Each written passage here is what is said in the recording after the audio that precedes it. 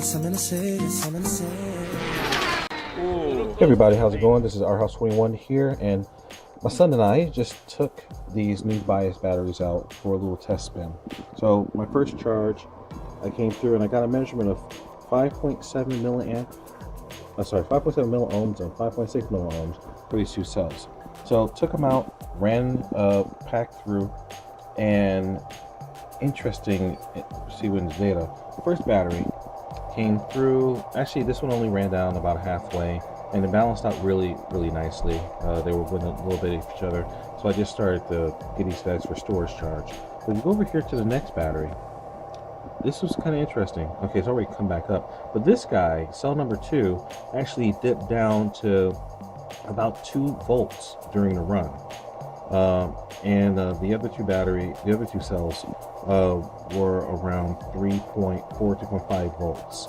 So as soon as I started putting on storage charge, that guy just jumped right back up. So it looks, I think I may understand the source of a lot of the problems that people have been having with these things, because it seems like once you get down towards the end of the charge, you know, like one cell might fall off the cliff first. And as you guys know, if you take a cell too far into, if you take a cell below 3 volts, it can cause cell damage and that can cause puffing. So the fact that 2 cells were well above 3 volts, but the other one was well below, you know, implies that, you know, if I hadn't been running with the supplied LiPo warning monitor, I probably would have damaged the cell. So, like I said, right now, with just initially charging, it looks like it's already come back up and it's already pretty decent. But I could see that could be a problem for the future. So I'll keep testing these guys, I'll keep banging on them, and I'll keep track of the data.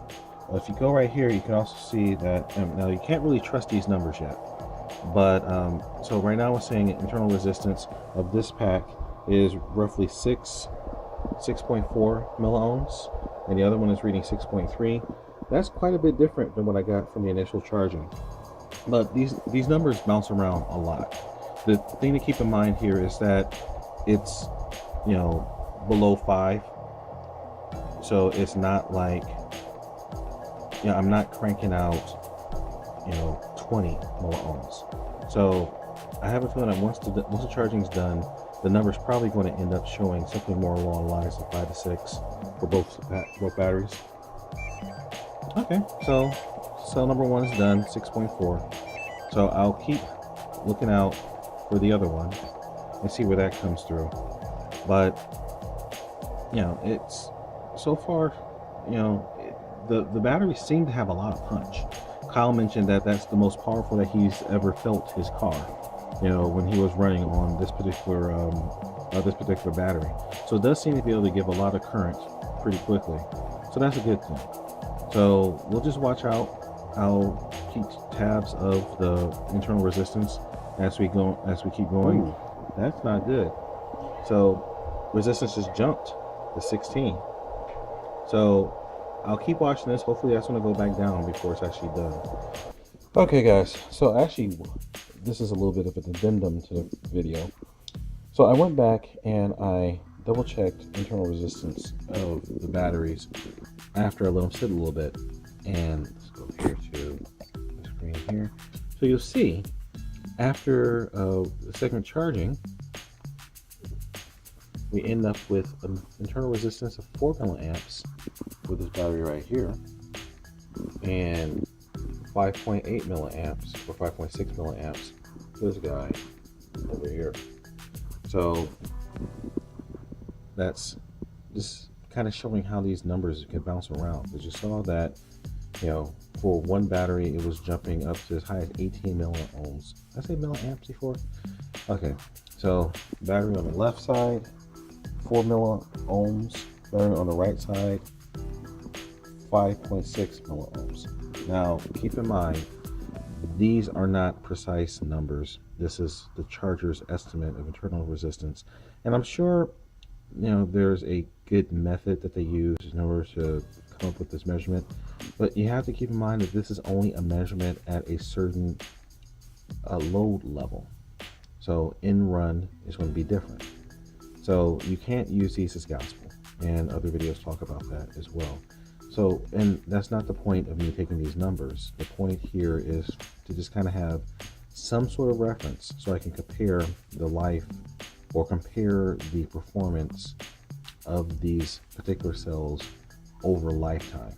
So the actual number that you can really rely on is going to have to come once I build my test rig, so I can actually apply a pretty high load to these things and see how they really perform. But like I was saying before, the numbers that I'm getting for these batteries are actually the lowest for any cells that I already have. I mean, that's not completely true. I've gotten some lower numbers, but the point is they're not bad.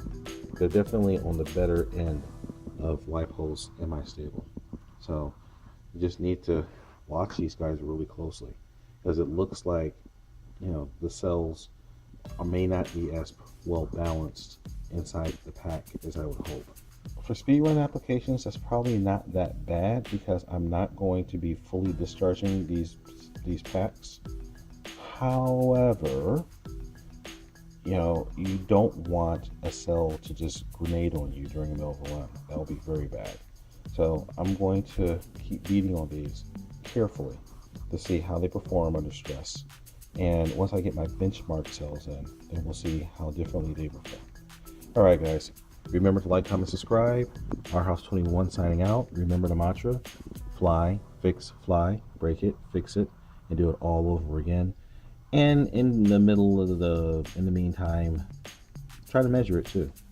Okay, guys, don't forget to check me out on Facebook, Instagram, all the other social media out there, and keep tuned. I will be giving you more updates on these LiPos as time goes on. All right, guys, peace.